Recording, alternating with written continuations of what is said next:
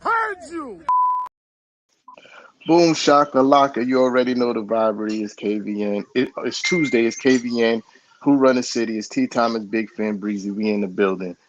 Leaf Mm-hmm. ain't been, Leaf ain't never been this early for a show, even when his team was actually playing games. And Mm-hmm. Yo, but I'm gonna tell you, he was waiting for this one. The I know other he day, was. yeah, I know he he's was. waiting for this. Yeah. Look, cause Yeah. he ain't Yo, got nothing else to we gonna celebrate. get to it. You know we finna get to it. Shit, we are but 2 minutes in. Oh yeah, we gonna get to it for sure, for sure. I could try, but you know I mean, these shows don't go the way you think they go. oh man, we just talking facts. There's facts and opinions, and there's gonna be soliloquies, and there's gonna be some soliloquies with facts, and there's gonna be opinions and some soliloquies. But I mean, since we are men of facts, right? A matter of fact, we can start with facts. The Knicks are 7-9 in their games on game sevens. That's a fact. You know what I mean? Since we started it, so that's below 500. That's a fact. Your predictions were Knicks in five. That's a fact. I mean, we're just starting with the facts. I ain't even get into no opinions yet, but we just keeping it facts. You said Knicks in five. I said I don't know if I could give you that. You said, oh, this and that about the Celtics. I said I don't know if y'all gonna get past the Pacers.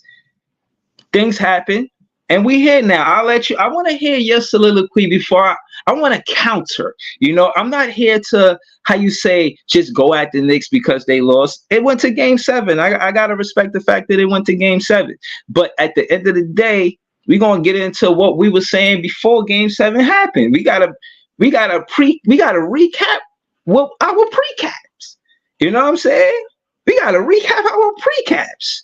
So let's get to it. You know what I'm saying? What did you predict, and where we are today? I always I, ask you that at the beginning of every show. I predicted that we was gonna win in five, and we was on Mhm. pace to do that. You know what I mean?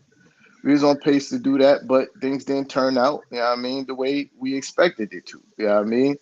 I'm not gonna use injuries as an excuse because I still think we had enough to win this series, but you can't deny what's the actual fact of the matter since we dealing in facts, right? That's what we dealing in, right? I mean, that's how we gonna start the show. Why not? Yeah, we did since we dealing in facts. Yeah, I mean we won both of our games where OG was in the starting lineup. Uh, and then we went 1 and 2 with him not in the starting lineup. You know what I mean? So that's the series. I mean, no, we went 1 and 2 with him not in the starting lineup. You know what I mean? So when I made my prediction with OG being still healthy, with Josh Hart not getting injured. You know what I mean? So that was it. We missing six pivotal. He played 4 minutes. Leaf, get out of here, bro. He played 4 minutes. 4 minutes on a strained hamstring. Get out of here, Leaf. But anyway, the fact of the matter is this. Uh, the fact of the matter is this is we missing six pivotal rotation players. Like six. What is the NBA has a 15-man roster, right? 15-man roster. Yep. 15-man roster. So think about it when you miss six of your rotation players. Yeah, I mean three starters, three bench players. Now you're starting to get into a place where when you need to play guys who won't see the floor in any other circumstances, right? Two-way player G League guys. So now you don't want to play those guys, so you start playing, the guys that you have extended minutes. That's where you get Josh Hart playing 3 games in a row, 48 minutes and shit like that. Uh, but it is what it is. I mean, I ain't got no respect for the Indiana Pacers. I don't got no respect for their path to the Eastern Conference Finals. They played the Bucks without Giannis and a hurt Dame in Middleton. You know what I mean? And they played the Knicks down six rotation players. They're gonna get swept. You know what I mean? And to sum it up with this, to land the plane with this, when Jalen Brunson fractured his hand, I say, oh shit, I don't even want to win no more because we're gonna get swept in the next round if Jay Brunson ain't playing. You know what I mean? But yeah, I ended there. First off, shout to Jalen Brunson. I ain't want that injury. I even jumped in your Nixon ish chat and said, no funny. We ain't want to see him get injured. But case in point, when that happened, the game was already over. No, it They wasn't. No, it wasn't.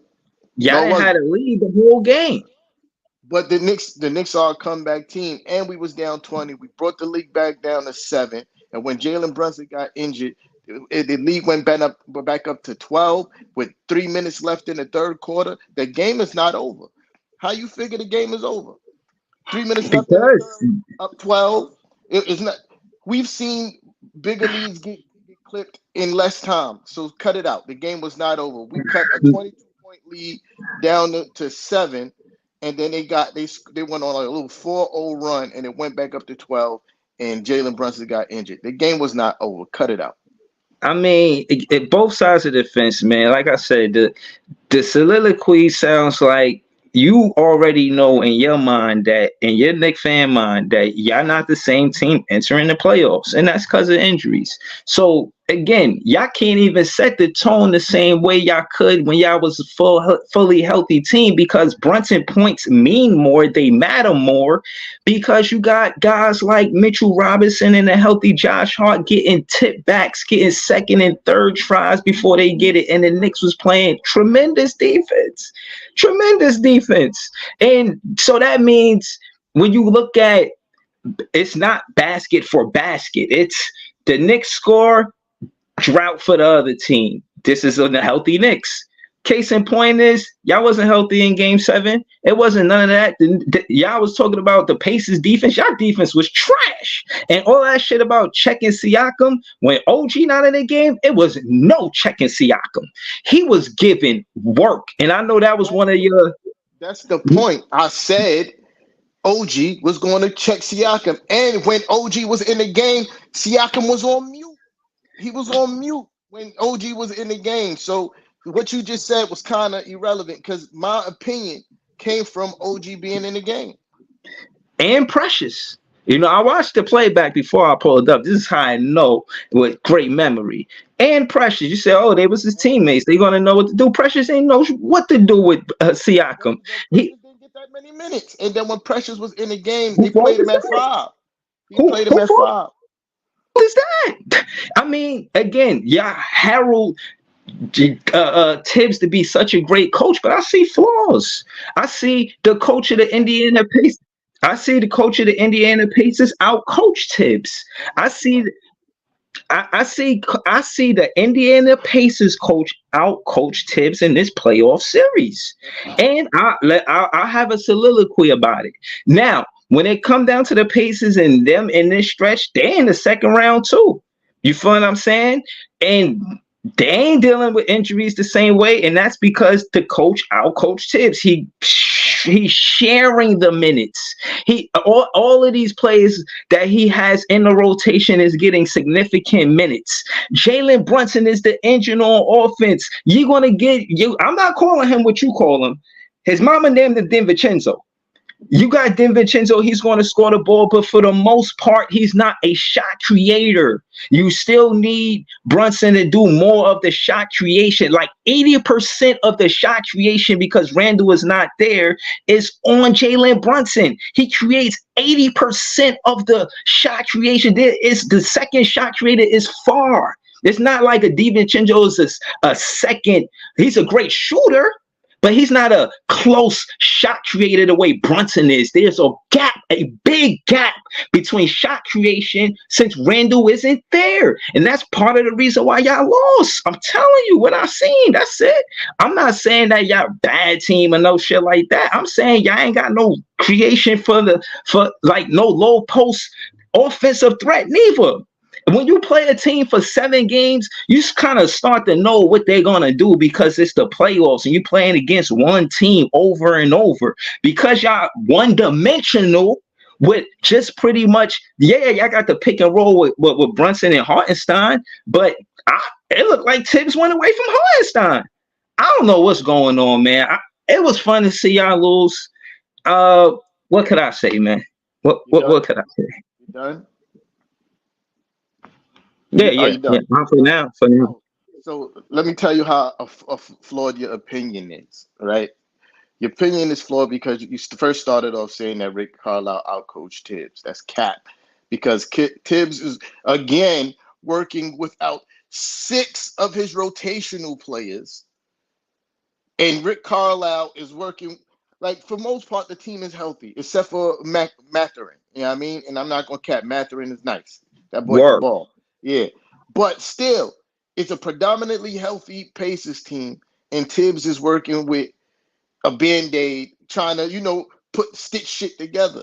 And still he took this series to seven, even after losing OG and Anobi, which was a huge pivotal part of the Knicks. The Knicks are 25-6 when OG Anunoby is in the lineup since the trade, and that's including playoffs. 25-6 when OG is in the lineup.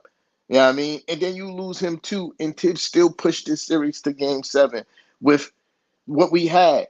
The reason why is uh, uh, uh, Jalen Brunson has to create 90% of the offense is because all the shot creators is gone. You got not only what you call it, Julius Randle, but Bogdanovich too. Bogdanovich is a shot creator as well. He generates offense, and he went down in the first round because what you call it, um um Batum threw himself into his legs. You know what I mean? So when you talk about Rick Carlisle sharing the minutes, it's because he's healthy. He has the players to share the minutes with. Because when the Knicks was healthy in the season, not one of our players were in the top five in minutes per game. I think we had Jalen Brunson. He was probably top 10, but that's normal for a superstar. But nobody else was in the top 10 in minutes per game during the regular season because Tibbs had the players to share the minutes. Who else was he going to play? The guys that on the 14th and 15th guy on the bench, the guys that's probably going up and down during the G League, they were supposed to get minutes and expect a meaningful outcome. No, no, Tibbs' hands was handcuffed. It was handcuffed by injuries, and I'm not taking no slander on my guy. Right? Tibbs coached a hell of a series with what he had. You know what I mean? Coached a hell of a series of what No. he had. I beg to differ, man. I feel like he worked them players to the ground. Now, y'all made some valid points on Nixon ish. I tapped in. I was listening to Mrs. Nix, and she was talking about how all great coaches do that in the playoffs, going back in the day. Case in point is where I disagree is knowing that there's no shot creation from nobody else but Jalen Brunson. You're going to become one dimensional. If he can't foresee that, then you're blind, baby. You're blind as a bat. Not only that, when it came down to the adjustment on Siakam, there was none. And forget the fact, this is my conversation. Yeah, you could say play a coach is great when he got all his best players there, but what about if he don't? Does he have a system that works regardless of who's the players? And no, that is not the case with Tibbs. Even if he could have these, whatever you could say, whatever you're going to say about him, at the end of the day, if he's not getting the job done, and that's because Jalen Brunson is being overworked, and the Pacers can obviously see that they're gonna be a one-dimensional team, then it is what it is. It's nasty work. If you're not even going to get these players are playing big minutes, they're not even getting rest for them to even execute plays at a high maximum level because they're exhausted. I mean, even if again, I seen Jalen Brunson force up a shot, and he rarely does that. But he came down the court and he put up a three, and it was a brick. They on my page they call them the Brickabockers. They calling y'all the Brickabockers on my page. You know what I'm saying? I know And y'all not giving nicknames on your page. I know y'all not. I oh, that's know what y'all we not. do. We trolling for real. Yeah, We yeah, we we trolling heavy. You know what I'm I know saying? This y'all not. is light. I just started. This is light. I'm just getting warmed up. You feel what I'm saying? Like Brickabockers, bro, y'all again, you can say what you want about that coach, and I know you had your own hangups about him, but same thing you said about, I'm not saying he's not better than Nash, but the same thing you said about having a star players with Nash. I don't think he's Nash level. He's better than Nash. I won't take it there. But at the end of the day, for it to be a game 7 and at home, y'all being the second seed, that shit mean absolutely nothing. Bro. Okay, so you want to gloss over the obvious because it fits your narrative, and that's fine. No, y'all Yeah, wasn't giving no. us that. When Kyrie got hurt, y'all was talking mad shit. That's So what I'm I'm not even saying. talking about that. Y'all weren't missing 6 rotational players. Six, six. 3 people in the starting lineup. 3 pivotal bench players. Y'all weren't missing 6. That's the big difference. But they That's saying that's the why big difference. The they got why? the All injuries. right, and I'm gonna and explain. Good. I'm gonna explain that because I was going that way anyway. Julius Randle injury is getting undercut by Jimmy Jaquez on a charge. This was dislocated shoulder. That has nothing to do with minutes. Mitchell Robinson gets pulled down by Joel Embiid in the playoffs by his legs. That has nothing to do with minutes. Bogdanovich get his legs jumped into by Batum at what you call it at in the first round.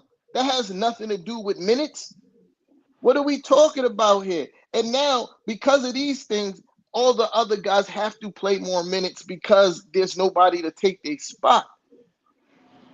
We tried Jericho Sims in the postseason, and he was wildly ineffective. You're not going to keep on putting somebody out there that you know is going to be wildly ineffective. Your job as the coach is to put the best players on the court. And unfortunately, Jericho Sims is not one of those people. So now you get Hartenstein playing a shit ton of minutes. You know what I mean? We have no, the OG goes down. So now you got continue playing Josh Hart. The only injury that I'll give you that possibly could have been muscle fatigue and tired legs is OG Anunoby because he's injury prone as it is. That's the only one I'm willing to give you because even Josh Hart injury was him on a loose ball pulling and tugging. That's a contact injury. You know what I mean? So again, I'm not giving nobody that passed that Tibbs work guys to the ground because back to my last argument was saying that before the team started getting injured, none of our team was playing heavy minutes like that post trade. Tibbs was using the roster. You know what I mean? So nah, I'm not letting y'all put the injuries on Tibbs because that's cap. Most of those injuries were contact injuries. All right, well, even if I'm wrong about that, I still feel like Oh, not even if you are wrong. okay, well, I'll be wrong about that, whatever. But I still feel like for y'all to be second seed and y'all have that game 7 at home, that's what home court advantage is about in the playoffs, Home court regardless of. advantage. Home court advantage in the playoffs is when your team is healthy. You get second.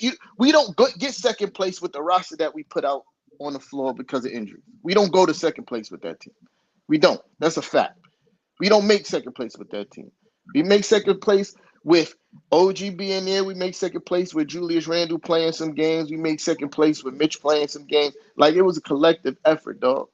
You know what I mean? It was a collective effort. Brockberg, he threw up the Nets colors. He said they got outpaced. It looked like it, man. They scored 130. I think they broke some type of record the other day. Yeah, field goal Um, percentage. Field goal percentage. yeah, For I heard they wasn't missing nothing. nah, they weren't. Um, That shit was an anomaly, son. These niggas was missing nothing. yo, Tyrese Halliburton was talking mad shit. Yo, I'm telling you that. Yo, if y'all not doing nothing after this, go watch the first game 1 what T-Time was saying about what was gonna happen in this series. I had to see it because I remember you was talking hot, and I was like, damn. He said they gonna go 3 straight. I said 3 straight. He said 3 straight. I Yeah, said, gosh. check it. Check it. If it wasn't for Nimrod hitting a miracle half court shot, I was almost right. It took a miracle half court shot from Nimrod. You know what I I mean? know. I feel you. I know you say y'all wasn't mad, but y'all had a 3-2 lead. I mean, that got to sting a little bit. It don't. It don't. What? A It don't. 3-2 lead? Y'all ain't vision yourself playing the Celtics? I did, but at the same time, once Josh Hart got injured, I was like, oh shit, it's kind of a wrap. You know what I mean? Because we're gonna need Josh Hart to be Josh Hart. And then especially when Jalen Brunson got injured, I was like, oh shit, I don't even want to play the Celtics without Jalen Brunson because we're gonna get swept.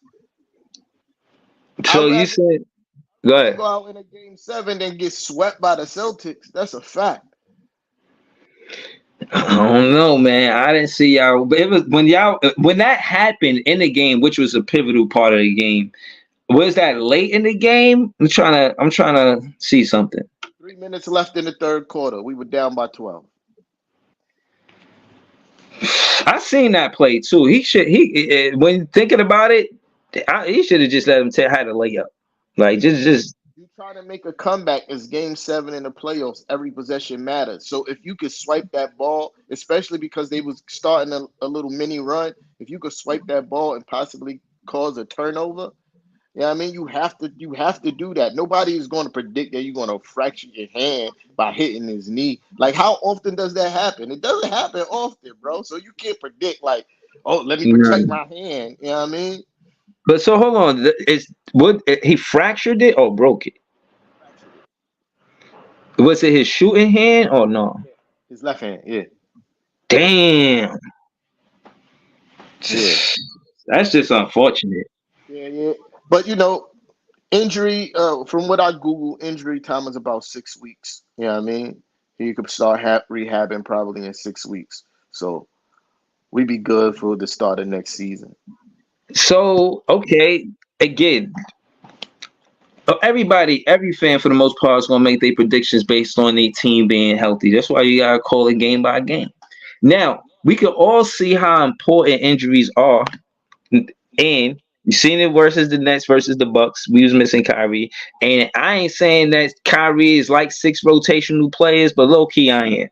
He was huge, and not having a 1-2 punch, going in Joe Harris and him not being able to hit the side of a barn.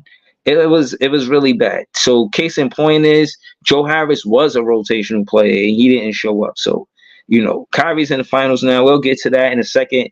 But you said it don't sting. Y'all got to the second round, game 7. Y'all got to the second round last season. I And what mean, we had a conversation, and you said, "Yo, what would be a successful season for you?" And that's I where I'm said making going. it to, and I said making it to the second round Why is it successful when y'all did that last season? because you have to build winning habits, dog. You know what I mean? Like you don't go from no team goes from making the playoffs one year, then making it to the second round that same year, and then the next year be champions. That's not how it works. You have to Mm, build on something, especially when you look at it in a totality and feel me, especially feeling that if we were healthy, we sweep Sixers, we sweep Indiana, and we got a fighting chance at the Celtics if we're healthy. You know what I mean? So that's why it's even a bigger success for me because yeah, we took this shit to 7, missing 6 rotational players. You know what I mean? Absolutely, absolutely. I don't know, man. This soliloquy sounding a little funny to me because I don't know if it was you, but I thought I heard a Knicks fan say the Knicks and the Wolves in the finals. That's a possibility. Who Maybe said that, that? huh? Who said that? You never said that? I believe so. Okay, okay. Also, what about the Eastern Conference Final? No Nick fan. I heard Nick fans talking that talk. They felt like they was fitting the breeze past the Pacers. Pacers was light work. Eastern Conference Finals. So even if you know what I mean, you didn't say that you was gonna go. The Knicks were gonna go past the second round. I You did say did we was. think. Okay, so but you saying because you said that's not the same thing as you saying that y'all will be success is the second round. Yeah, facts. That's what I'm saying. Okay. It's not the same. Okay. So, all right. This is what's weird. I would think doing better because I mean, obviously you're gonna get past the first round. That was the easiest thing. You felt like, all right, ain't no that ain't no issue. We definitely getting past the first round. Um, but moving forward, it's still going to be an 82 game season. Absolutely. Either either it's a because injuries happen in the playoffs. It's not something. That's why Pat Riley was mad at Jimmy Butler.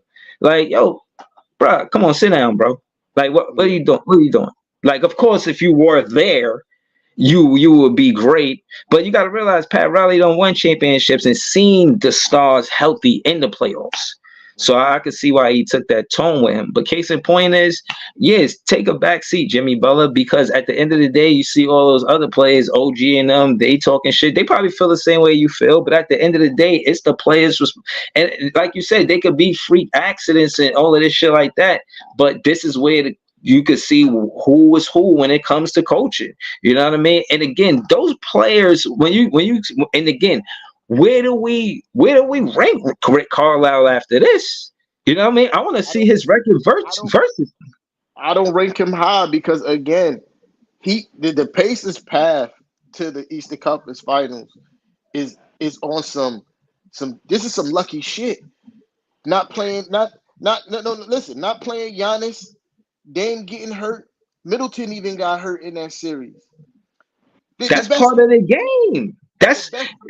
It is part of the game, but what I'm saying is like this is some lucky shit. Not getting going against two teams and most of their teams being injured. That's some lucky shit. Some lucky Jay shit. Ross on me for It's that. not like we not it's not like we talking about one player being hurt. We're talking about multiple players on both teams that they face to get to the Eastern Conference Finals is hurt. I'm talking about Dame, Giannis, and Middleton. That's their big three. Their big three was hurt. You know what I mean? And then you go against the Knicks, and they're missing six rotational players, three starters. You know what I mean? And But they and then they get there, not trying to take everything away from them. You know what I mean? I'm not trying to take everything away from them because they did do what they were supposed to do. You're supposed to beat a hurt team. Like you're healthy. You know what I mean? so now Like you feel like they were supposed to beat y'all. All right. no, that's not what I'm saying. I still Okay. feel like we had enough to win.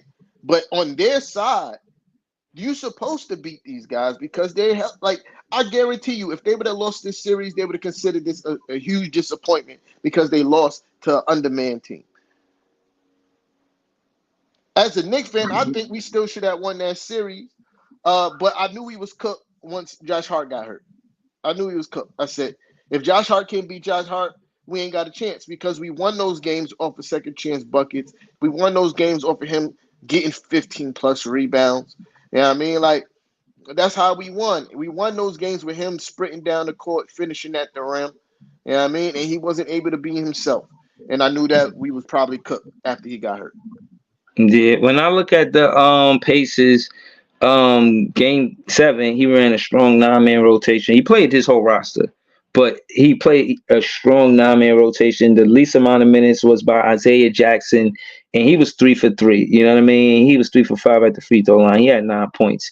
You know, everybody's important in the lineup. It's not like, all right, you just go out there, set screens, don't do nothing. And it's like they find everybody. You know what I mean? Like they try to get everybody involved and helping them win the game. You know, they got unsung heroes in McConnell. Like us, like and stat wise, yeah, I've seen the stat where Neesmith played the best defense on Jalen Brunson, but just them as a team, the constant pressure. And you said this about Maxey, and this is what I seen they did to Brunson. Every time Brunson tried to come around that corner, he found that somebody was there waiting for him. They started doing that with Brunson. Started getting the ball out of his hand, and the closest person to him was DiVincenzo most time. And they can't really rotate it to the post because Randall not there. And sometimes Hartenstein wasn't there. And in my opinion, Hartenstein isn't dominant as an isolation big man scorer. He's great off of the pick and roll, but I don't see him as somebody you just dump the ball to every game and for him to, you know what I'm saying, That's capitalize because he good on the ISO joints. on his role. Um, no, I'm not saying it is. Hold on, but yeah, I was wrong about this. J1. He said we heard a Nets fan saying I'm not reading the comment. You see what you wrote, and yeah, I was wrong about that. But I did have big confidence when KD and Kyrie was here. I thought we was cooking with grease. I thought we was on to something. Sports said he got a point though. Pacers shouldn't be the Eastern Conference Finals, but you can only play who on your schedule. That's a fact. You know what I'm saying? J1 said hit the like button. That That's also a what fact. what what unpopular sports just said. What unpopular sports just said. I literally just said that, right? Like that's what he agreed with me. He got a point. Like I literally just said that. Like I mean, they're not supposed to be where they at, but you got to play who's on your schedule, and they did what they were supposed to do uh, against the Knicks. Like they shorthanded.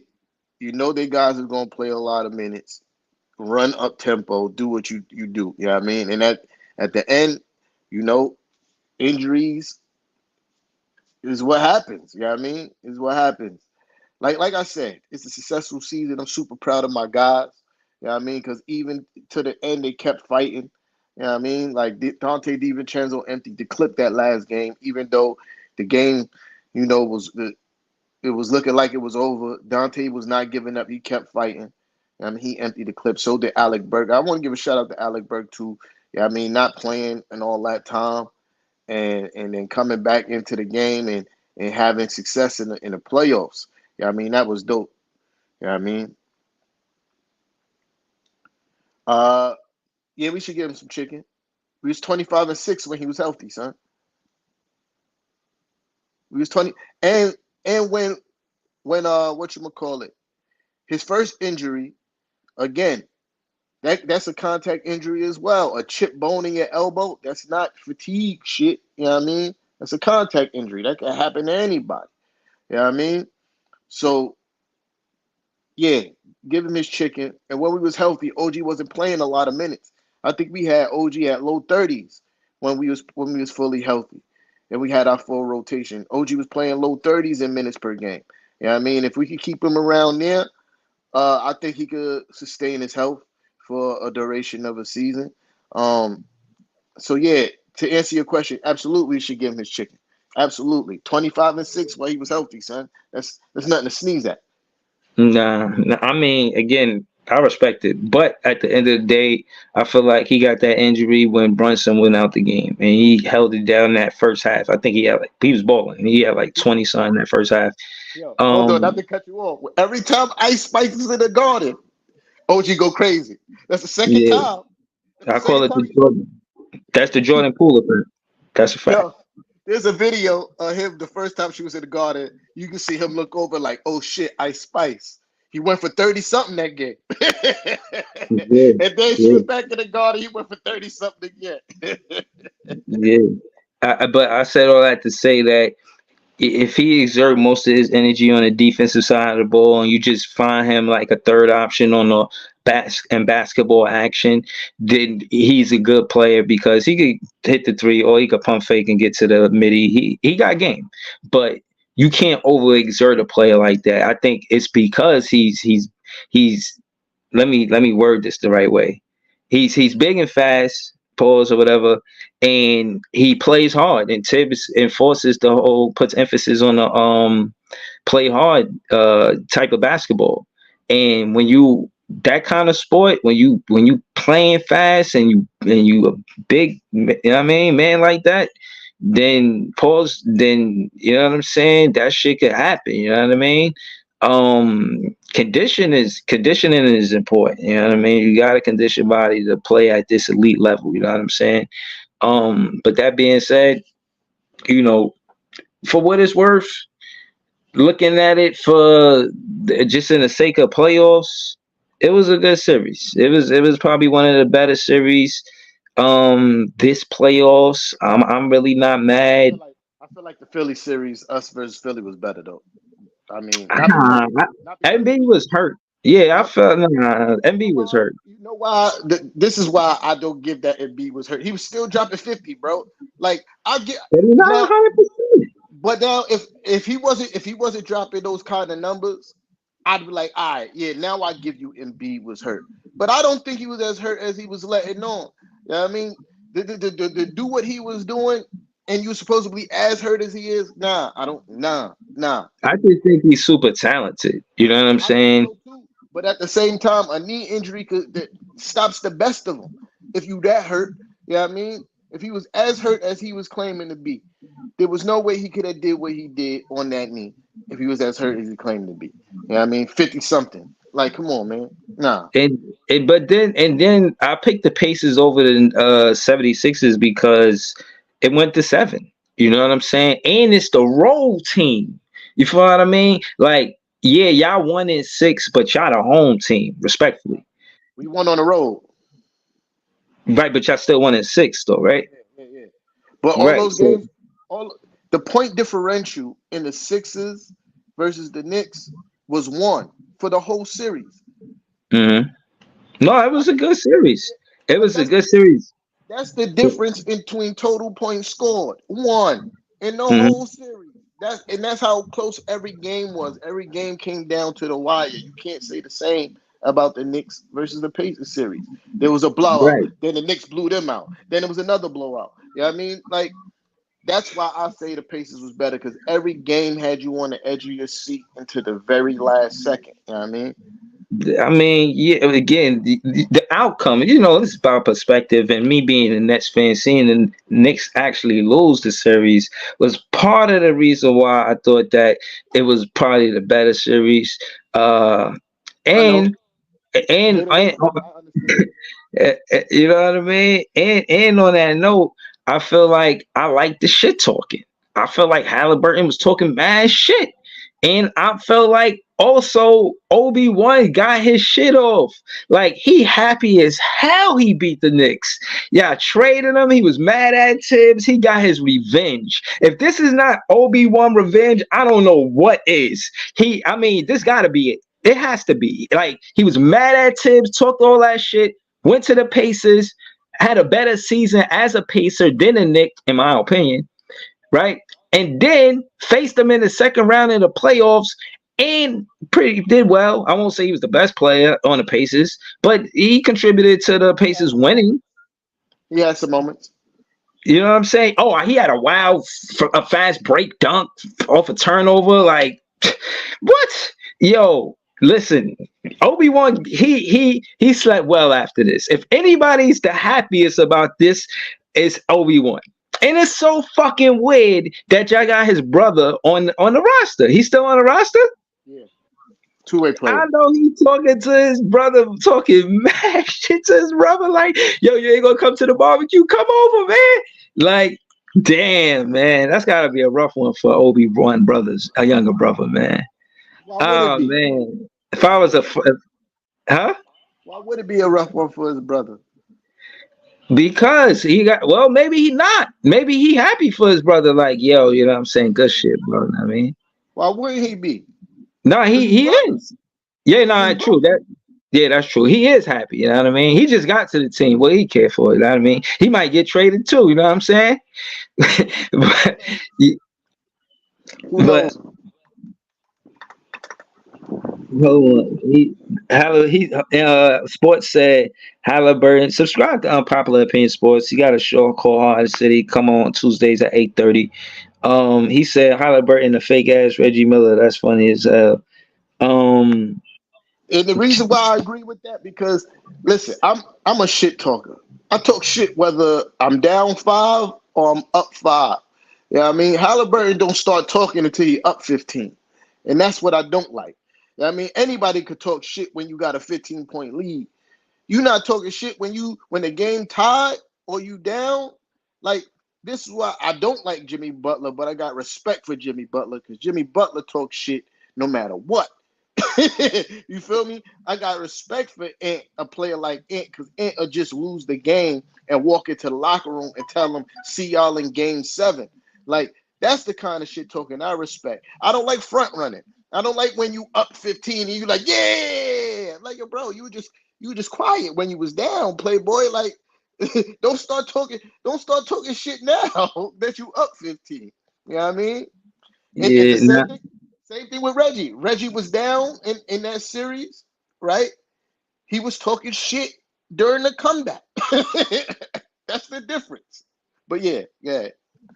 Brockwork, he said Jericho Sims was trash.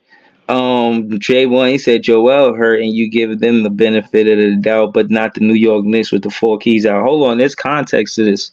I said the best series. That's what I was talking about. I said the best series was the Pacers, and I think in the Pacers series, I had a lot of rotational guys out. I think six or whatever. But case in point is that I said it because of that. And you mean benefit of the doubt? Fuck you. What did you even talk about, J1? These Knicks fans is wilding right now. Yeah, Brock work. He said Jericho Sims didn't play but good, and Tibbs didn't have him.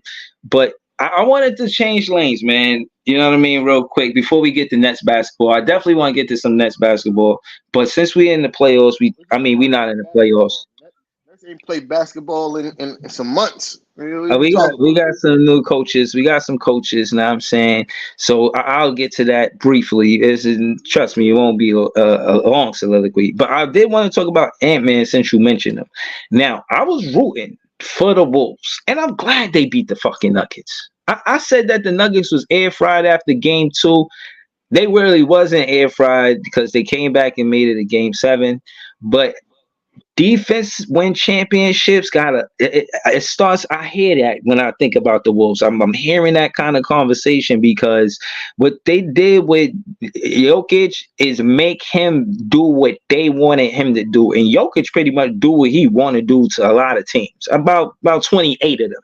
You know what I'm saying? But not the Wolves. You know, he gonna get his shit off, but he don't want to take 10 3-pointers in one game. That's not what he want to do. But the fact that I don't think that they got enough production out of Michael Porter Jr. He's not it for me, bro. Like I just feel like he makes them weak. It is what it is. You know I what won't I'm saying? disagree. When it come down to it, he does to me. He doesn't compliment Jokic enough for me. I think Jokic works too fucking hard. I'll be looking at his stat line. I'm like, God damn it. And then the score be close as hell. Jokic be having like 34, 22, and 10. And the score be like 80 to 82. I'm like, what the fuck these other dudes is doing? He doing everything. His Right. usage rate is crazy. Nah. So if you like, I watched the Nuggets a lot this season. Uh, Jokic 9 times out of 10 won't start really playing basketball until the second half. Like he'll try to get everybody else off and pause. That was crazy. Uh, he would try to get everybody else involved in the game. And if shit ain't looking good, then he'll start to turn up in the second half. You know what I mean? And I kind of appreciate that about him too. Like he'll start the game off trying to get the Michael Porter Juniors, the Caldwell Popes, the Aaron Gordons, try to get them in the game. And if those guys can carry the game, he won't score. Like he won't score if those guys can carry the game. But then if Or he notice, like if they can't get if they can't get right, then he'll start to score. Now what the what's unique about the Timberwolves is they got 3 7-footers they could throw at pause at Jokic. And I yeah, think that was the difference. He couldn't cook in the paint right, because he and they all could play a little bit of defense. I mean, I'm yeah, actually surprised at Cat defensive ability in the series because that's never been a strong suit of his. You know what I mean? yeah, Um, absolutely. and he played really good defense. You know, Rudy Gobert, defensive player of the year. Uh, Mm, and then Nas Reed been cooking. You know what I mean? And he's going to make Jokic have to play at the 3 point line as well. Like you got to mm, come out and check me. You ain't gonna yeah, just you ain't gonna just sit under the hoop waiting for rebounds. You got to come out and check me. You heard? So yeah, you stretch they, it, yeah. they made him work on both ends of the court. You know what I mean? Especially if he match up against Cat 2, Jokic gonna have to play some defense. You know what I mean? Mm, Like, and a lot of times, you know, against most fives, he could get away with not playing that good, not playing defense at all, because most fives in the NBA are not offensive threats like that. You know what I mm, mean? So when you move Cat to the 5 now, Jokic got to guard Cat is a different story. They made him work on both ends. They cut off the paint from him and made him have to become a jump shooter. It was a hell of a series. And then Ant was just Ant, man. Ant was just Ant. That kid is impressive, son. That kid is Yeah, impressive. That's yeah, baby Jordan for real, son. Like they tried to yeah, say Jimmy Butler was baby Jordan. Nah, that's Ant yeah. Man, son. Yeah, now I like Ant Man. He said I seen a quote. He said I locked Jamari up. He said I like Jamal Murray up. He said I locked his ass up, and I like that. That's the competitive shit that I be wanting Mikal Bridges to have. I want when he versus the Knicks. I want you to have that competitive edge because sometimes when it come down to talent, and this is where shit talk can come into play. When you in the NBA, your talent is all around the league.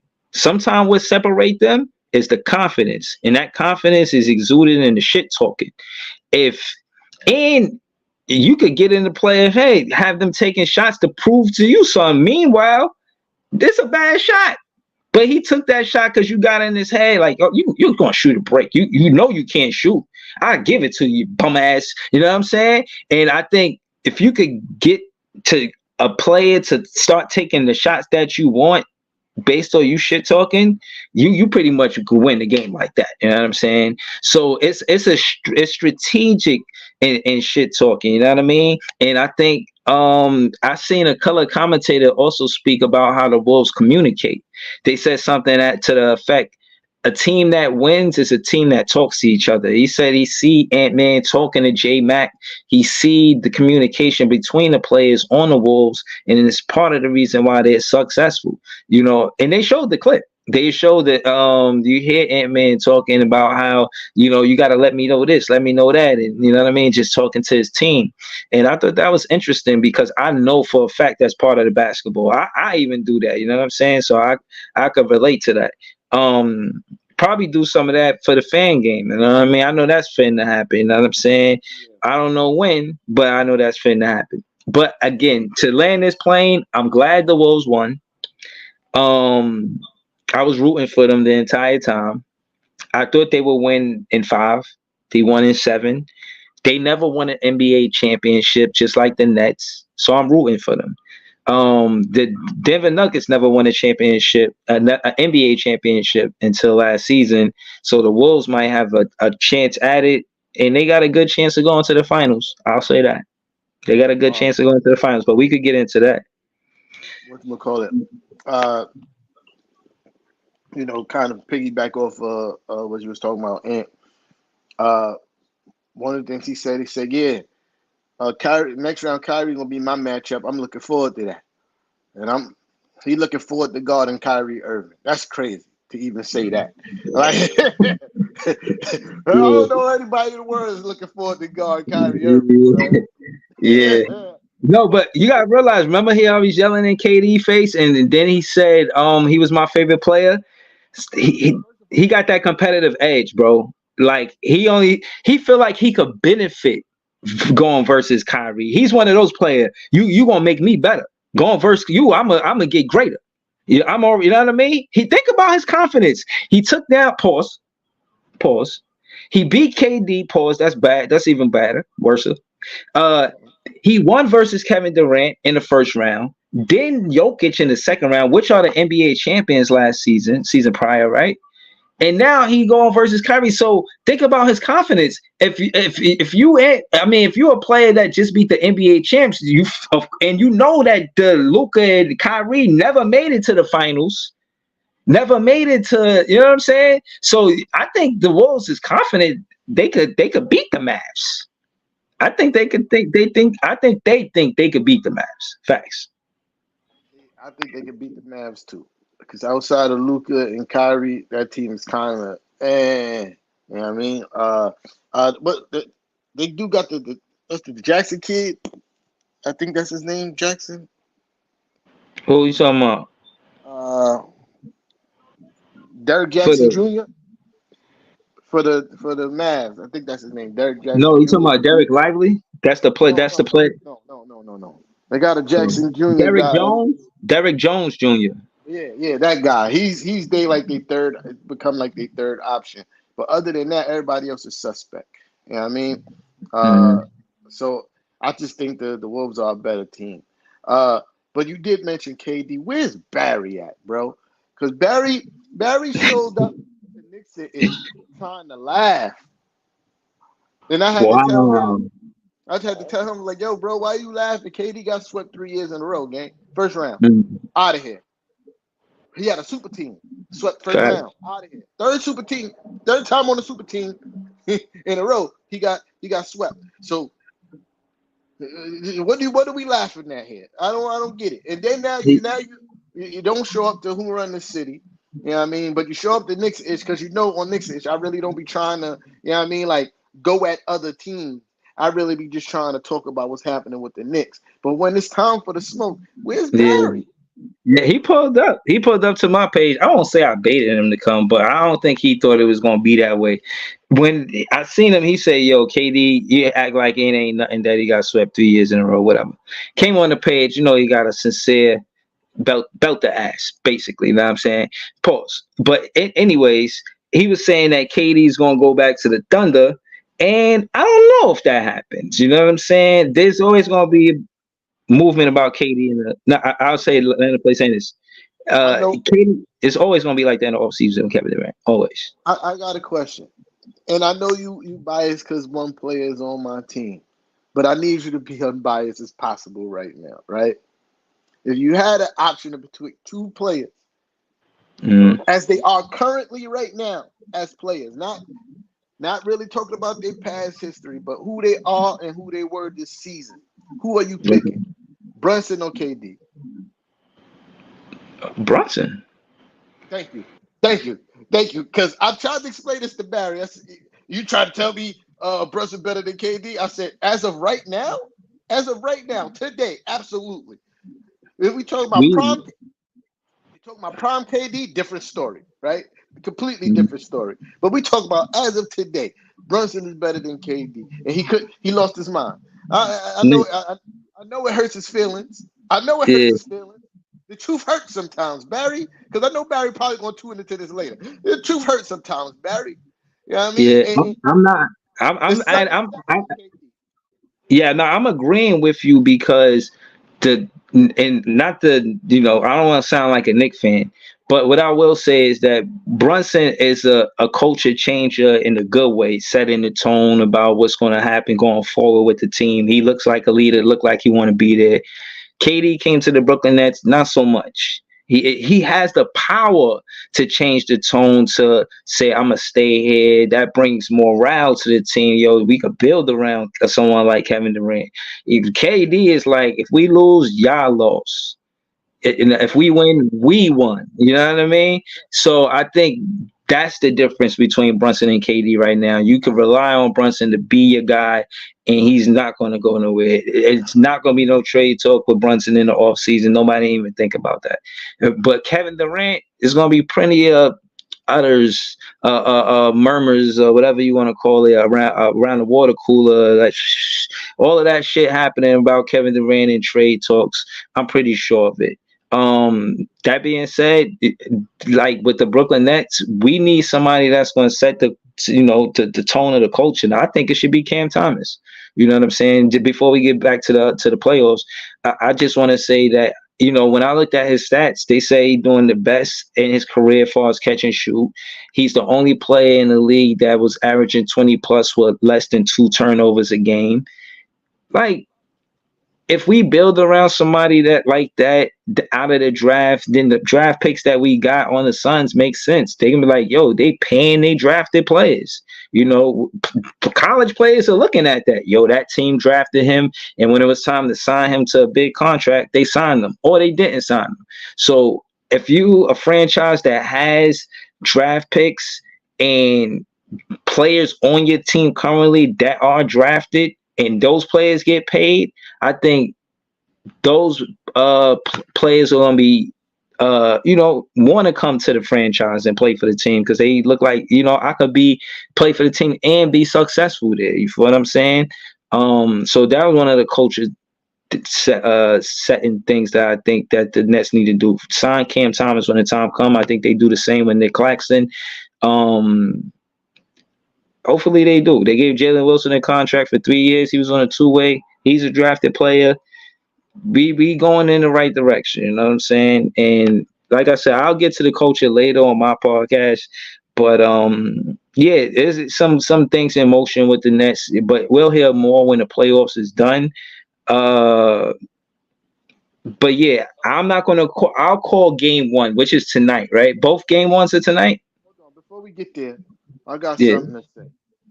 I know you saw it, on Paul Pierce, what he did to my man Jalen Brunson jersey Oh, that on his was disrespectful. and Paul Pierce, bro. What the fuck's your problem, bro? What's your problem? You know what I mean? Like, how dare you disrespect Jalen Brunson, right? Because let's call a spade, gang. Jalen Brunson this season had a better season than you had your whole entire career. You never had a season like Jalen Brunson ever. You know what I mean? And let's call a spade again. Before Kevin Durant, Kevin Garnett got there, you missed. You was an under 500 team. 6 out of the 8. I mean, excuse me, 5 out of the 8 years that you was in the NBA, gang. Under 500. You only got out the first round once before KG got there. It took Kevin Garnett to come to Boston to save your career. To save your career because you would have went down in history as the one of the forgotten scorers of your time. Nobody would be talking about Paul Pierce right now if it wasn't for Kevin Garnett and Ray Allen. Because before that, your tenure in Boston was subpar at best. Subpar, bro. And then Yeah, you gonna I can't support that. I can't support that. then you gonna get on social media and stomp on a Jalen Brunson jersey. Then he tried to get on Undisputed and it's not about Jalen Brunson, it's about the Knicks. But that man's name is on the back of the jersey. You know what I mean?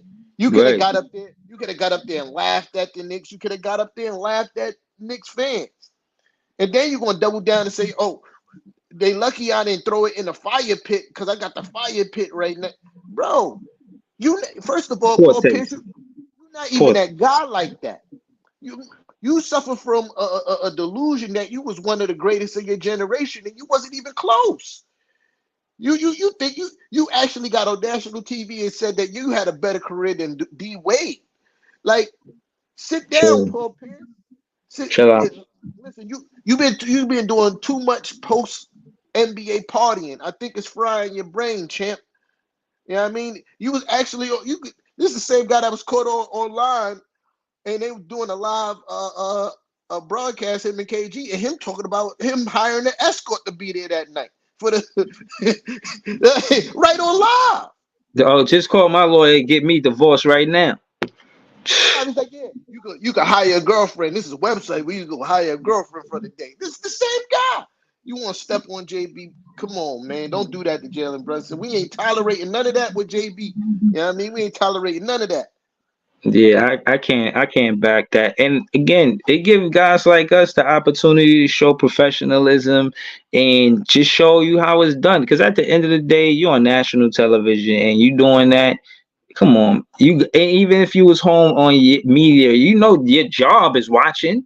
You know what I'm saying? Like my job might be watching me. I don't know if there is or not, but you at home, Paul Pierce, they already know how you give it up. You know what I'm saying? You probably be telling them before you even go home, like, yo, I'm fitting to get into X, Y, and Z. And you got. I'm saying that to say you say stuff that don't need to be said. And in that line of work in the media, you gotta know you can think whatever you want to think, but to actually put action to some thoughts that could be jeopardizing to your job, you should be hesitant and don't be, in my opinion. That's the thing about media. I think they be trying to be more entertaining than the game. And I think that's where the media lose the integrity because you could just have fun talking about the game and loving the game, and media will be great. But then you got some personalities that in the media that feel like they, you know what I mean, not bigger than the game, but they building a brand, and then it's just like kind of more about them than the game. And it's like you're trying to take away from the game, only making it about you, but you wouldn't be who you are without the game. Keep it real, Paul Pierce. Would the world know you without basketball? Stop No. disrespecting. You disrespecting basketball, and you shining a bad light on it as if we supposed to conduct ourselves that way in the Yeah. competitive field. Even in the competitive field, you like you. It's not even like they played the Celtics. Like Yeah. where's that coming from? Where's that energy even coming from? That's where I was going. I said, now you, the Celtics gonna have to wear that for you all season, all next season. Don't think JB gonna forget you stomping on his jersey. He can't beat you on the court, but guess who they gotta play next year? They gotta play the Celtics. And if the Knicks is healthy, y'all gonna have to wear that. Y'all gonna have to wear that, gang. You know what I mean? And again, you on national TV, you're a professional, dog. Like, I expect that from fans, right? I would expect that from a Pacers fan. Like, I would expect that from a Sixers fan. Like, because they're not professionals. You're a professional in your field, dog. You know what I mean? Whether you on the clock or off the clock, you know you're a celebrity. You got to conduct yourself in a certain manner and stomping on jerseys because not because the Knicks lost, and especially not to your team. It's nasty work. And you really mad because you had to wear a jersey because you was wrong in the first round. You said that the Sixers was going to beat the Knicks. You lost, so you had to buy and wear a Knicks jersey, and that's why you really mad. That's it. That's what, and because he started talking crazy about the Knicks after we lost game 4. They cooked, take them out the oven. They're done. They're cooked. And then after we won game 6, no, after we won game 5, Knicks fans started going at him crazy. Like, I thought the Knicks was cooked. He got emotional. You know what I mean? He got emotional. That's all that was emotions. I will Yeah, say this though. The Knicks yeah. losing, the Knicks losing is people that came out that I didn't even know watch basketball. That's how that's how I know the Knicks be irking people's soul for real. Because it's people that all season, Breezy, all season, I go on my timeline, these people talking about everything under the sun, except for basketball. Mm-hmm. The Good Knicks day, good lose, word on Sunday. the Knicks lose, everybody like, dude, the Knicks lose. Yo, bro, I didn't even know you watch basketball. You know what I mean? And this is why the Knicks fans act the way that we do when we win, because we know that the world's against us. The world want to see the Knicks lose. So when we do win, that's why we outside jumping up and down, because it's to rub it in your pause, to rub it in your face. They're like, look, the Knicks is successful, even though y'all hating. You know what I mean? But yeah, it's people I've never even seen watch basketball before, Breeze. Niggas on social media, niggas tagging me in my inbox. Like, Yes, well, I don't know, man. Brockwork laughing. Brockwork knows what you're talking about. But it's weird because that's not true. Brockwork came up with a story talking about how he got family. His son was a Nick fan or something, or saying he was watching the game. He had said that on last stream. So you know what I'm saying? I feel like it is what it is. I know what it is with the Brooklyn Nets and how we get treated by Nick fans. So nationally, I still feel like the media is supposed to have some kind of constraint. You know what I mean? So I think it was poor taste on Paul Pierce's part. But not to hold you, um the Pacers versus the Celtics. How you see that one? sweep, That's a sweep, sweep. Them boys is that's 9-4. oh man, damn, that's Nine it. and four. Bro, they're not even, yo, unpopular sports said the same shit I said. They're not even supposed to be here. They're not supposed to be there. Hmm. I don't know what's they record versus the Celtics in the regular season. I don't know. Like, do they play them tough at all? Did they win a game? I don't know. I don't know. Is what's his face? Porzingis back? He might be. Even without Cause without Porzingis, they cook. It's a wrap. It's a wrap. that game come on at 8 o'clock tonight, yo. A word? Oh yeah, yeah. It is. It is. It is Tuesday. You know what I mean? Yeah. That game come on at Sweep. 8. Sweep, sweep. Let me see. I'm trying to figure out what it was in I'm the gonna tell regular you why it's season. a sweep, right? All Because right. the Celtics are not only are they a good offensive team, them boys play defense. True Them boys Holiday. You think he could slow down Halliburton for sure? absolutely, bro. Absolutely. Absolutely. And I what I've learned from about Tyrese Halliburton is the fact that if the team is losing, he's gonna disappear. He's gonna disappear. That's what happened in game one. That's what happened in game two in the second half. Mm-hmm. He stopped. He came out in game two in the second half versus the Knicks. He scored 22 points or 24 points in the first half. Yeah. I think he took like 4 shots the whole second half when the Knicks took the lead. Hmm. Well, Yeah. So I'm looking at their regular season record versus each other. There was one game where this is like the first game of the season or some shit. They scored 155 points versus the fucking Pacers, bro. That's crazy. Celtics scored 155. Yeah. That's crazy.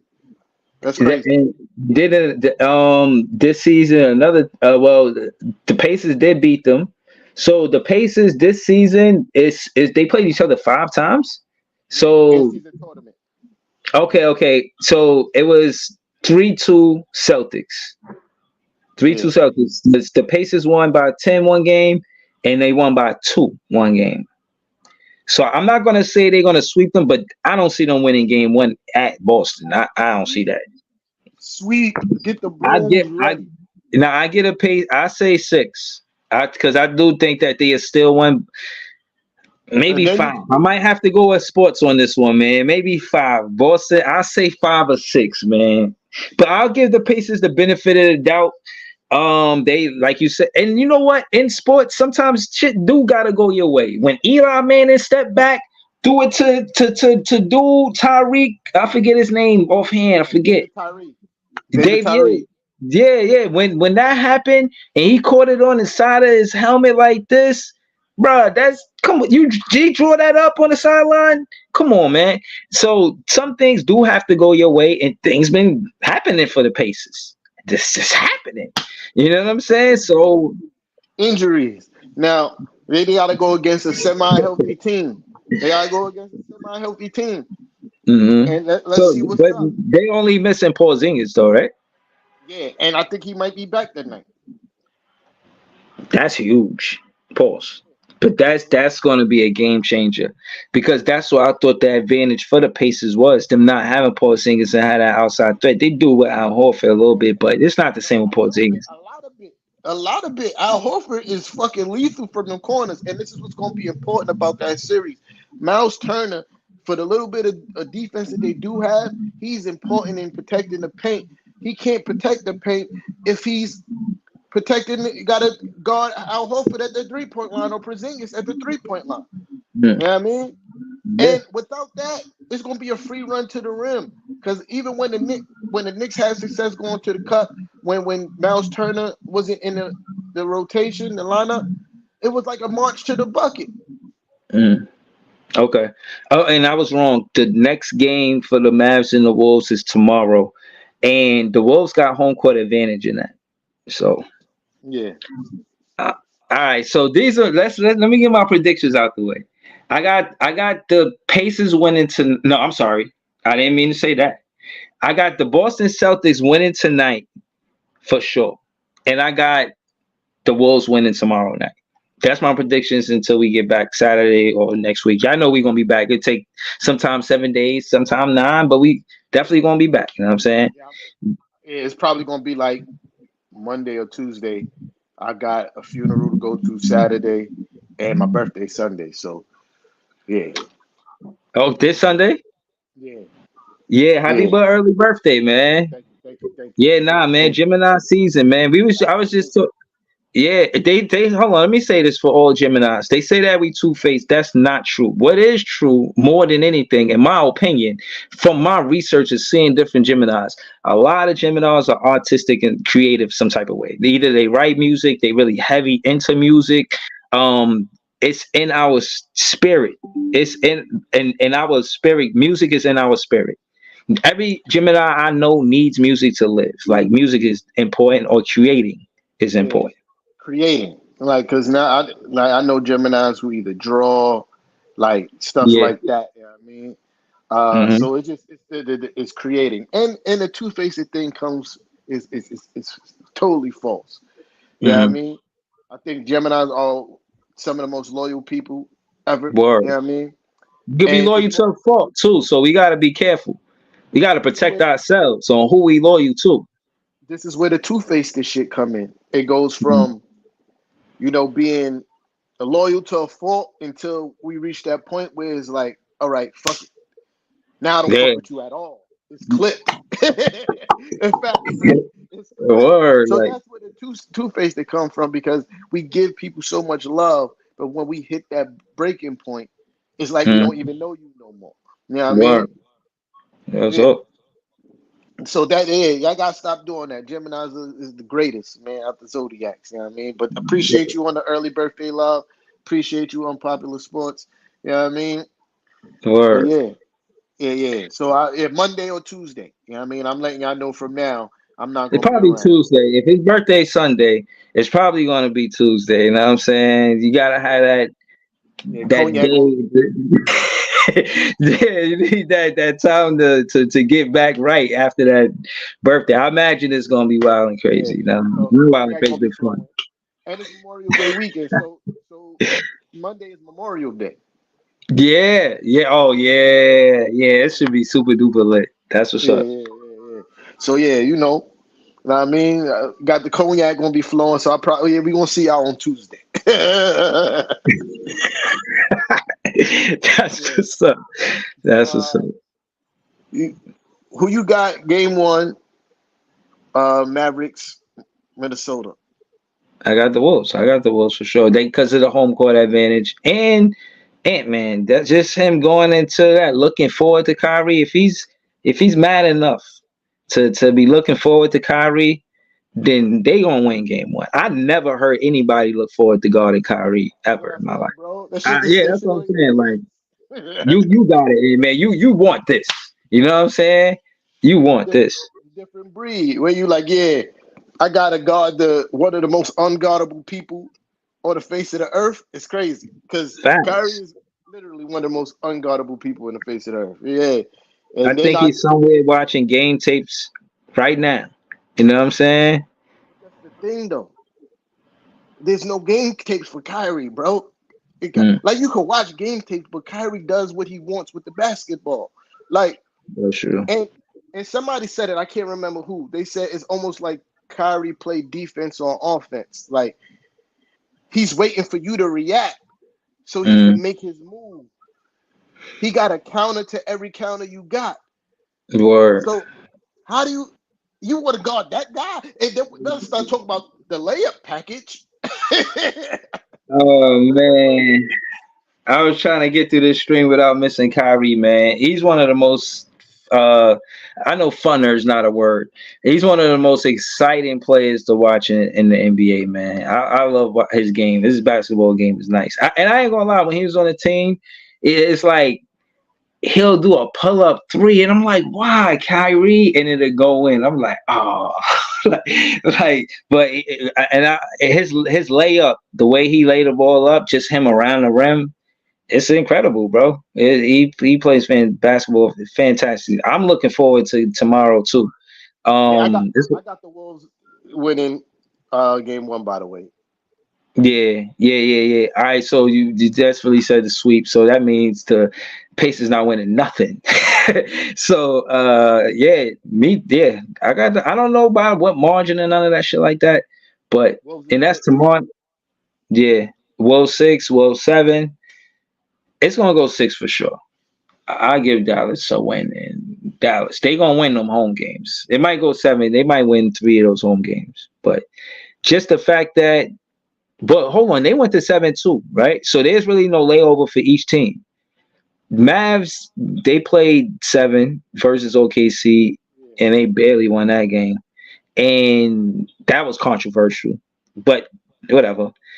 yeah. And the Wolves, yeah, they played 7. So yeah, they both got to be ready. There ain't no layover. Ain't no time to, you know what I mean. You gotta get straight to it. So I'm here for it. And that's another thing too about the Pacers and Celtics series. Pacers, the Celtics is rested.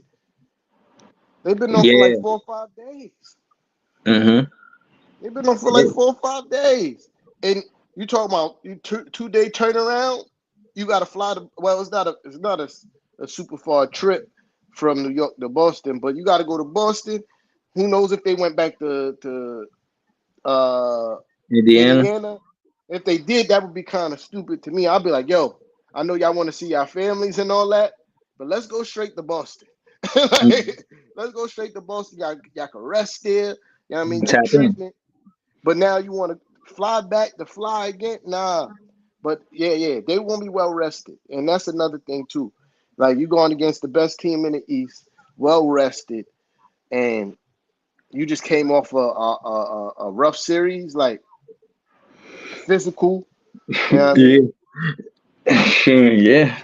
I think yeah. So I want to say Boston in 6, but that wear and tear might feel that. You know what I mean? That going into next season. I mean next series. But yeah, that's how I call it, man. And again, man, I'm rooting for the Wolves. If it's up to me, the Ant-Man to beat the Celtics in the finals. You know what I Absolutely. mean? Word. But we'll see, Absolutely. man. I don't never. Oh, and they showed this stat with Kyrie Irving. They say he's 14-0 in closeout games. So let me just watch game one and get a feel of how what's going on. You know what I mean? But I give the Wolves game one for sure. Absolutely. They absolutely get game one. Yeah. I, I want Boston to win. Not only win, I want them to sweep the fuck out of Indiana. Uh, Yeah. and and I want them to lose in the finals. You know what I mean? I want Boston to win this round and lose in the finals. You know what I mean? Because it's still fuck Boston. Don't get it twisted. You know what I mean? Mhm. Uh, it's just right now my hate for Indiana outweighs my hate for Boston. So yeah. So it's Halliburton. And they're not even really Indiana. I mean, I know we got history, but it's really Halliburton. I don't like him. I don't like his swag. I don't like his face. What Kendrick said? I hate the way that you Oh walk, the way that you yeah, talk. I hate the way that you dress. right, Facts. right. It's facts. I hate the way that you walk. I hate the way that you talk. I hate the way that you dress. Yeah, I want calories Halliburton out of here in 4. All right, hold on. Let me address this comment real quick. Hold on. Franchise said, you see what he said, but he talking about, and I pull up to Nixon. Is you and Cab was talking that shit too? Only piece that we need is no, no, That's no. not what I I don't. said. Is somebody on that page say y'all were waiting one of Macau Bridges on that team or something No, like that? I said we wanted him, but I didn't say that's the only piece we need. What I did say is I heard rumors, and I said I'm not sure if the rumors are true that the Nets is going to be fielding offers for Mikal Bridges, I heard and some I of that. and I said it'd be nice if we got him. I mean, from what I'm hearing, I want Donovan Mitchell. I don't think that the Cavaliers is going to trade straight up Donovan Mitchell for Macau. So my proposal is a 3-team trade. We got the assets y'all need.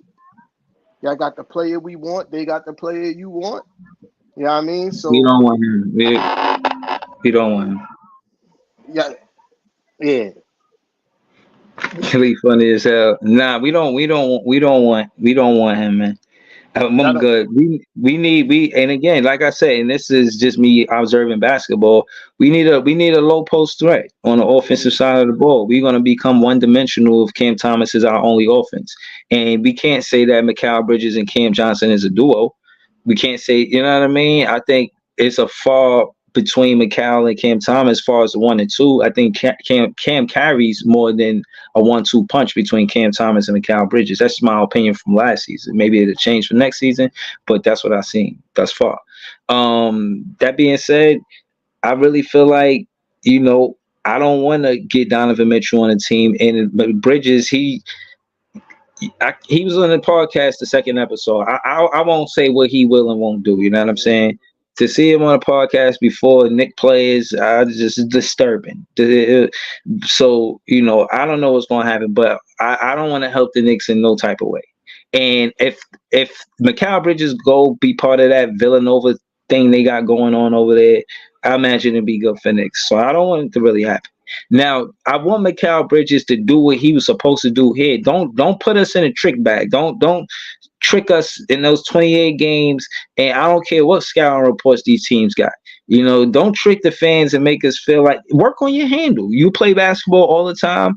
I hope you somewhere working on crossovers, tweens, getting to your midi.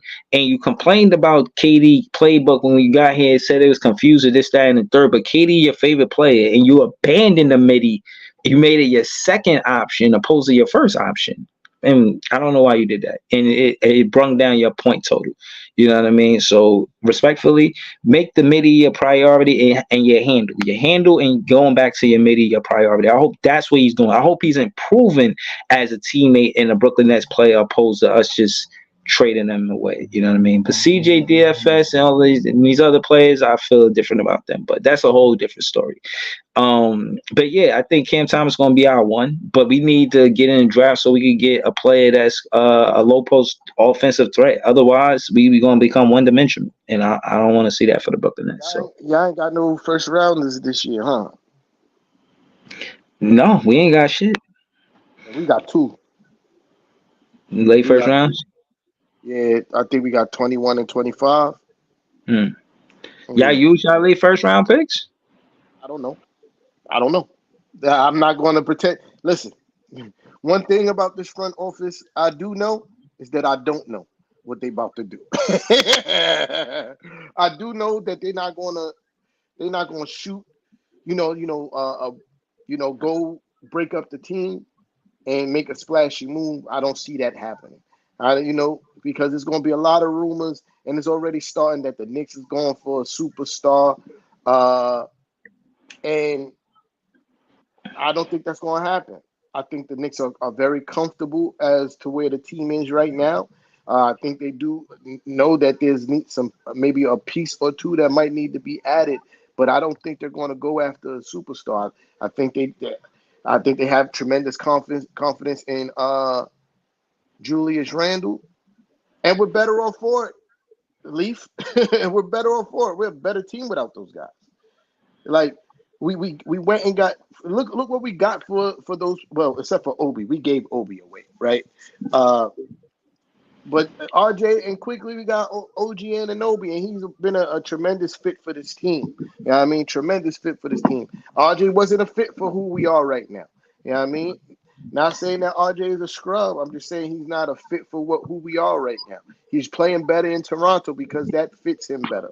You know what I mean? And quickly he had to go too because again he wanted to be a starter, and he's not going to start over Jalen Brunson. He's not going to start over JB, right? Uh, yeah. So, um, but Leaf, you know what happened. We not even going to discuss that anymore. You know what I mean? But again, to what I was saying, uh, I don't think we're gonna make a splashy move, get no superstars or nothing like that.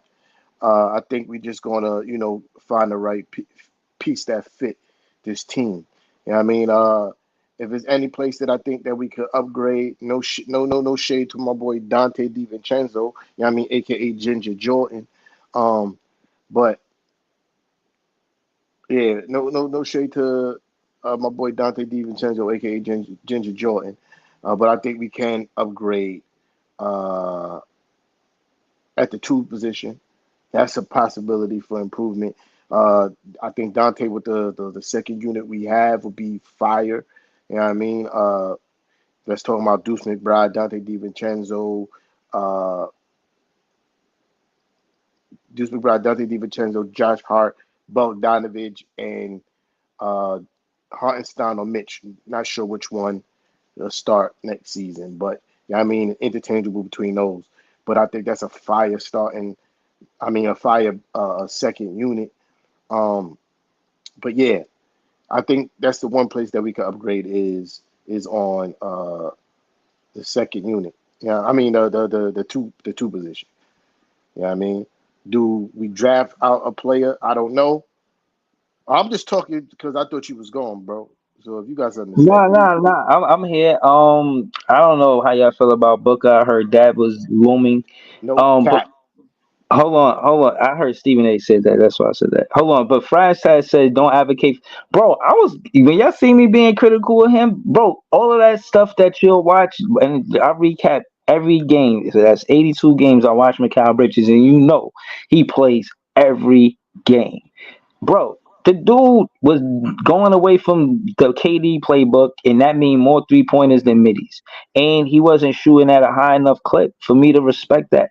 And he was playing too much above the 3 point line when he wasn't didn't have KD playbook, and he don't have a handle to get past the defenders like that from behind the 3 point line. We need him to play under the 3 point line so he could get to the pick and roll and get to the midi or get to the basket.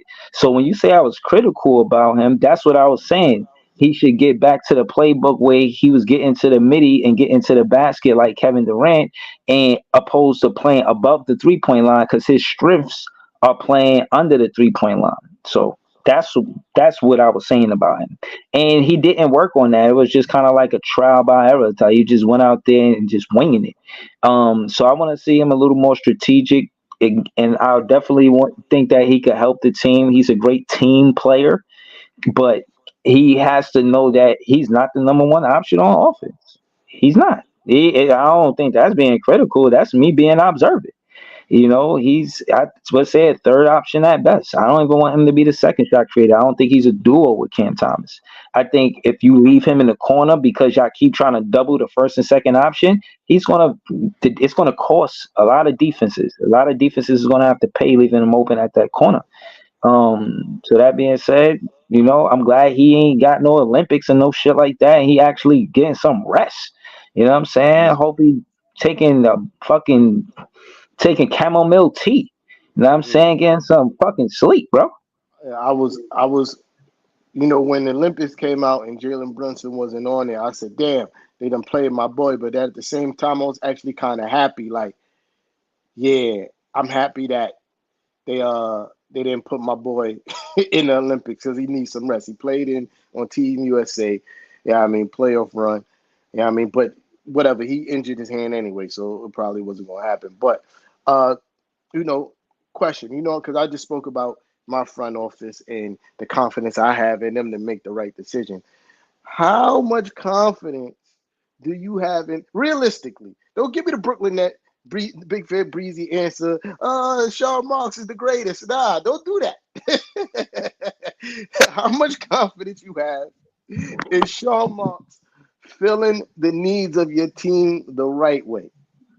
I think honestly, a lot because he got Jordy Fernandez. I think Jordy Fernandez is going to do a lot of legwork for Sean Marks, and I think that's what he was looking for in the Kevin Durant, and I think that's where he made the mistake, opposed to him giving a lot of say to the coach. He gave a lot of say to the player in Kevin Durant and Kyrie Irving, and the roster got constructed in that way.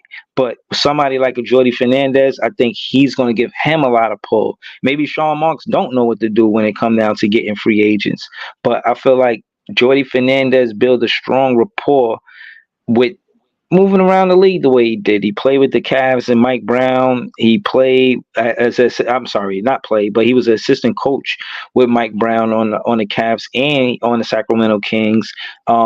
He had one of those surveys where all of the GM said that he should be the next head coach. I think he's going to be able to choose who he wants on the roster. He's choosing his coaching staff. He just he just decided to keep Corey Vincent, who came with Mikal Bridges, who also was an assistant coach for Cam Thomas in LSU. So he didn't just come and clean house. He actually kept some of the assistant coaches, and I think he's gonna to do that. So to answer your question directly, if Sean Marks gives the green light to Jordy Fernandez to kind of make decisions, if he instills that vote of confidence in Jordy Fernandez, I think we're gonna do well. If he overlooks Jordy Fernandez and say no, we're gonna do it this way, I think we're gonna fall. I think it's gonna be bad. You know what I mean? So it depends on what Sean Marks do. But yeah, I think because of his experience with the free agency, that he'll take a back seat. There's no reason for him to be a big headed like, nah, I got this. I don't need no help. You ever seen one of those people like, nah, I don't need no help. I don't need you to help me do this. This is my job. You do your job. I don't think he's going to do that. I don't think that's his approach. I think Sean Marks, because of what happened since he's been a GM and the mistakes that he's made, he'll take more of a subtle approach. He won't be aggressive. He'll be willing to listen to Jordy Fernandez about the direction we should go as far as roster construction. So I'm confident because of that. But just him on his own, close the door. When I open this door, things will be better. Nah, not that. Mhm. Long as he give a vote of confidence to Jordy Fernandez, we'll be all right. We'll be all right for sure. Uh, I don't know. I don't know, man. you know, Sean Marks is egregious. He's egregious. The fact that he's still y'all GM is still kind of mind-boggling to me. Uh, Mhm. I don't get how he still has a job, but not my issue. But I I, I don't like. I agree with unpopular sports. I don't think he's going to get the job done. Uh, to Leaf had a comment too about. I've been saying the same shit about rebounding for the last 2 years. I've been telling y'all about rebounding for the last 2 years. I gotta get somebody who could rebound the ball for y'all. I like Clax, but once he go against bigger centers, pause, he's at a disadvantage. You know what I mean? Y'all need that's something that needs to happen. Solidify what y'all do on the boards. You know what I mean? And yeah, that's that to me. That's important. I think offensively, y'all be all right. You know what I mean? Like what you said. If Macau get back to shooting more mid range jump shots, and getting to the cup versus taking a whole bunch of threes. Cam Thomas is Cam Thomas. You know what I mean? He won't get buckets, but defensively and on the boards is where y'all gotta find some some somebody to fix that. And this is why I brought up Matisse Thybulle. He's not a scorer. He's not a shooter, but you don't need him to be a scorer and a shooter. You got shooters on your team. You got scorers on your team. You need a lockdown defender, and that's what Matisse Thybulle is. He's one of the best perimeter defenders in the league. Right. No, I actually agree with that take. I think he played for the Portland Trailblazers as Yeah, a recent. absolutely, absolutely. If he was part of the team, two players that I'll say that I wouldn't be surprised is who you mentioned and Kevin Herter. Thibault, because Steve Hetzel was an assistant coach with the Portland Trailblazers at the same time that Thibault was there. So I wouldn't be surprised if he becomes a Brooklyn Nets. And also Kevin Herter from the Sacramento Kings, he's going to be a free agent this summer. And he is now. And I just think that Jordy Fernandez is going to attract some of those players from the Sacramento Kings. They're going to want to play for him. And I think Herter is one of them. So remember, I think Thibault, like T Tom said, and also Herter that used to play for the Atlanta Hawks, that part of the reason why the Atlanta Hawks didn't play well is because they lost Kevin Herter. They got nobody to replace his shooting once he left. And he did help the Kings become a playoff team. So, I like Kevin Herter. I don't know if he is a starter, but we definitely want him in a rotation. Yeah, Um, yeah. yeah. Listen, I've seen Macau play a little bit this season. I could be wrong because I didn't watch a lot of games, but from what I've seen, Macau wasn't all that on defense this year. You know what I mean? He wasn't all that on defense this year from what I saw. Am I Nah, am, am I right? Am I yeah, right nah, or you wrong? right. Yeah, nah, they tried to play him on both sides, and he don't miss no games. He overexerted himself, so on the offensive side of the ball, and we missed his defense because he did that. So yeah, you're right about that. I think. Thibault will allow somebody like Mikal Bridges not to have to guard the best perimeter player on the court and lock up the two guy. You know what I mean? And that's to me that's usually an easier task. He can reserve some energy for the offensive end and the defensive end. Like I just think Thibault will be a great fit for y'all because y'all do not need somebody else that can score. Y'all have enough scorers. Y'all have enough offensive firepower. I do agree that y'all do need an inside presence. I think Thibault and somebody else is a good pickup for y'all. You know what I mean? That could rebound. Yeah, if we do that, that'll be a good look. I'm not even mad at that take, like for real. But that being said, we'll see, man. I don't think none of that's gonna happen until the finals is over. Like there ain't gonna be Facts. no player movement until then. You know what I'm saying? The assistant coaches, that's different. You know what I mean? But oh, and also we gotta I'm glad Leaf is here. Leaf, stick around tonight. We're gonna talk about it. Hold on. Let me see how much percent I got it on my phone real quick. Nope, 1%. My phone about to cut off. All right. All right. So I'll Let's say get out of this: here. we got an assistant coach from the Denver Nuggets. And I know he's gonna be interested in helping in the Clowney. He worked with a stretch big in Jokic. So I'm not saying that, you know what I mean, we gonna make Clowney Jokic, but he's definitely worked with a stretch big in a Jokic, in a Michael Porter Jr. So he can only help the Brooklyn Nets. And we got Juwan Howard for that too. And the other thing I wanted to say is thank you, Nets. Thank you for retiring Vince Carter jersey. Thank you. We need that. That's culture, setting the tone for the culture going forward in next season. So as a fan, I want to say big fan Breezy and all the fans, Nets fans, we appreciate that. Thank you for retiring Vince Carter jersey. I'm glad he part of the Nets, even as a color commentator. You know what I mean? So salute to Vince Carter. Yeah. Yeah, I thought that was dope. Uh, I do want to, you know what I mean? My owner's been getting all the flack over the years for being a bad owner. I do want to give him his flowers for letting, the front office do their job. And that Legends Row shit that he's doing, that he did for the playoffs, that was fire.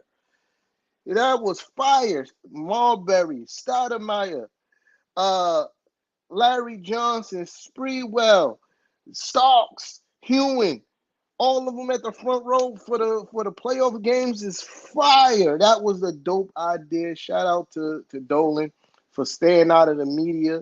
You know what I mean? Uh, Oakley's a hater.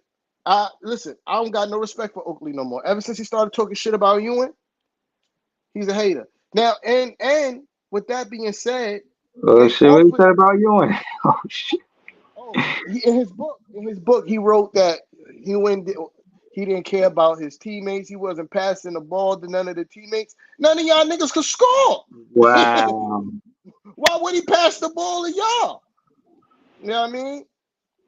Uh, oh, look, none of the none of the next players want to pull up to the Barclays because they know what's going to happen. But anyway, so back to what I was saying about Oakley. But yeah, the Knicks did offer Oakley to come to sit in Legends Row. He declined because for whatever reason he wants a public apology for James Dolan. But from the story I heard, Oakley was wilding. I heard Oakley sat behind Dolan and was heckling him, talking like, yo, bro, that's like me coming in your crib and me talking shit to you the whole time. What you gonna do? What you gonna That's do, Bree? Me just yeah, sitting that's in your crazy. house and talking shit to you the whole time. You gonna be like, yo, you got to bounce, dog. Like, Yeah, that you shit know is what I mean? crazy.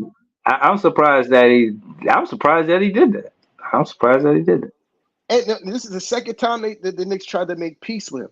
They offered to retire his jersey too.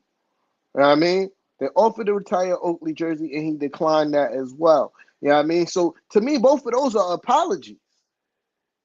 Yeah, Oakley don't. the whole retiring the jersey. See now by saying no to it, it's more personal opposed to you care about the fans and what you actually did for the city for the team. Bro, Oakley doesn't have the stats to retire his jersey.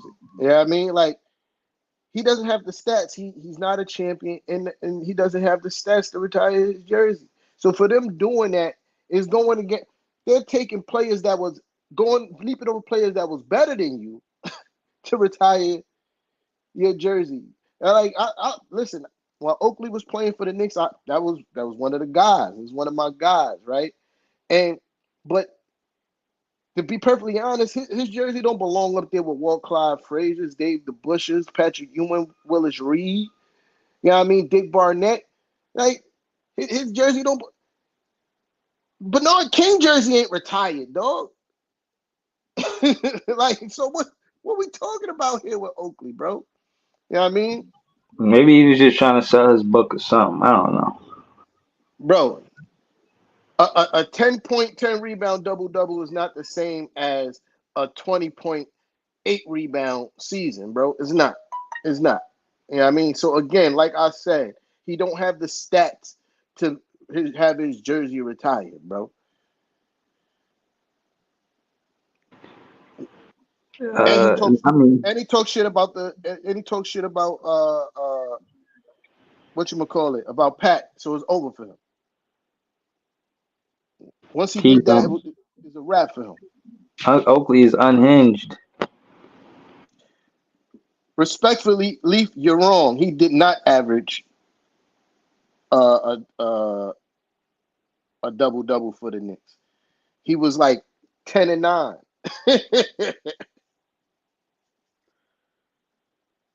Yeah, nah. Yeah, I gotta. My phone needs a charge. I gotta close out. Playboy. But The last thing I'm gonna say is, bro, retiring the jersey and offering you to come back in the building, that is an apology. Oakley need to get the fuck over himself. And he think he bigger than the Knicks. Fuck out of here. yeah, that was kind of crazy. I want to say next episode, stay tuned, y'all. Even though we're not in the playoffs, it's still gonna be a great show. We're gonna recap what's happening in the playoffs, and we're gonna talk fan game stuff too, man. I definitely want to talk about that next week. And if y'all watching this in the playback, leave y'all predictions in the comments. Who y'all think gonna win tonight's game, and tomorrow night's game. So I just wanted to say that. And thank y'all for tuning in. I'll stay longer, but my phone needs a charge for real, for real. Yeah, And appreciate it. on that note, I'm on my phone because my laptop went down. Pause, but my laptop went bad, and I gotta get new equipment. I gotta, you know what I mean. I'm working on that right now to, what I'm saying, get y'all the best quality I could get y'all, man. So I want to say thank y'all for the support. Shout out to the fans. Yo, hopefully y'all subscribing. You know what I'm saying? Liking the page. That helps the algorithms. So, we appreciate y'all support, man. The Nets fans first, and then the next fans. And then all the other fans too, you know what I mean? Yeah, you know, you know the vibes. Shout out to everybody for pulling up. Make sure y'all hit that like button. Sharing is always caring. And let's go Knicks. It was great. It was a great season. You know what I mean? Can't wait for next year. Off season, we're gonna still be here doing our fucking thing. And yeah, we're gonna get to y'all about the fan game shit. All right, we out of here. Peace. All right, later, y'all. Peace.